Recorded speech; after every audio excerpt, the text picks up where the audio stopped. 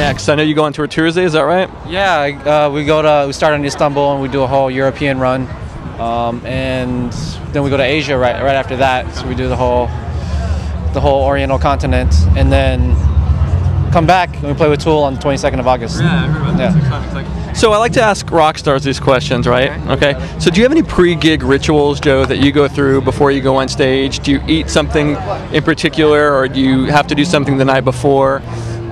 Pre-gig rituals. Get a good night's sleep. You know, make sure you're clean. Like take a shower and stuff, because you feel dirty. It's like, you know, Can't perform. you just feel better when you're clean. Make sure get a meal in. Don't go too heavy, or else you'll be too sluggish on stage.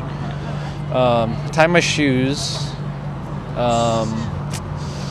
I use hand sanitizers after shaking a lot of hands, because I have some with me. Yeah, because on the road you can get sick, and if you get sick, then it's not fun to be traveling while you're sick.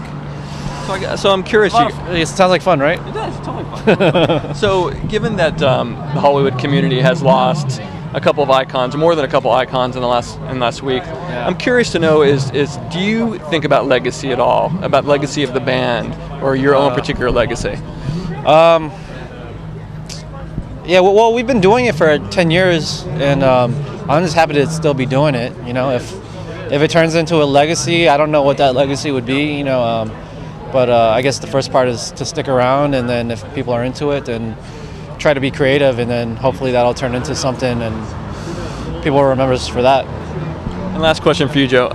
So I know Chester's got a side project coming out that a lot of people are very excited about, and I read something in Spinner actually that he had alluded to the fact that he was excited to do something that was less hip-hop oriented. Yeah. Had you been feeling that within the group? Has the group been feeling that for some time?